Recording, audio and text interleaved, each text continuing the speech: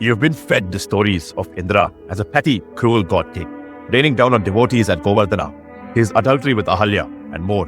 But that's not the truth of the matter. A slightly less ignorant viewpoint conceives Vedic Indra as a slayer of chaos.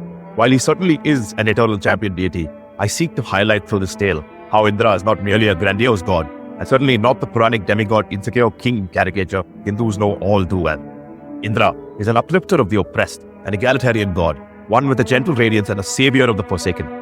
Beyond being the godhead in whom all Vedic divinities converge, Indra in the Rigveda is a rescuer of the socially shunned and oppressed. An incident mentioned in the same breath as the killing of Vrtra and restoring cosmic order narrates the tale of how Paravrja, son of Agru, an unmarried woman with a child born out of wedlock. The child was both blind and disabled and was abandoned by his kin and left to be devoured by ants within a 𝐼𝐴𝐵𝐵𝐾 or an anthill. The ostracized child was also subject to the danger of a serpent, which he recognized despite being visually impaired. But the lord of the luminous state of Swar intervenes. Indra, god of light and truth, goes on to rescue him and also makes the child a participant in the sacred hymns.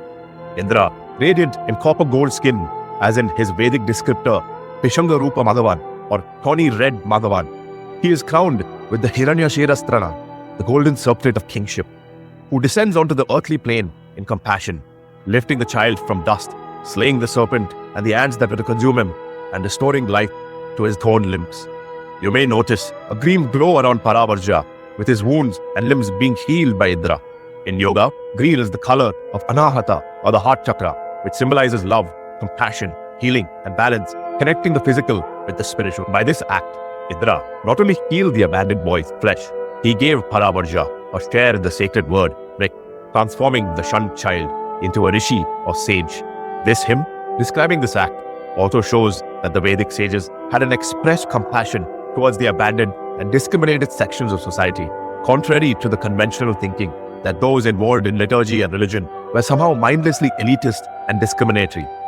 Just as Indra shattered the cave of Veda to free the dawn and the cows of knowledge, here he shatters the darkness of neglect, a hymn to the divine equality of all beings.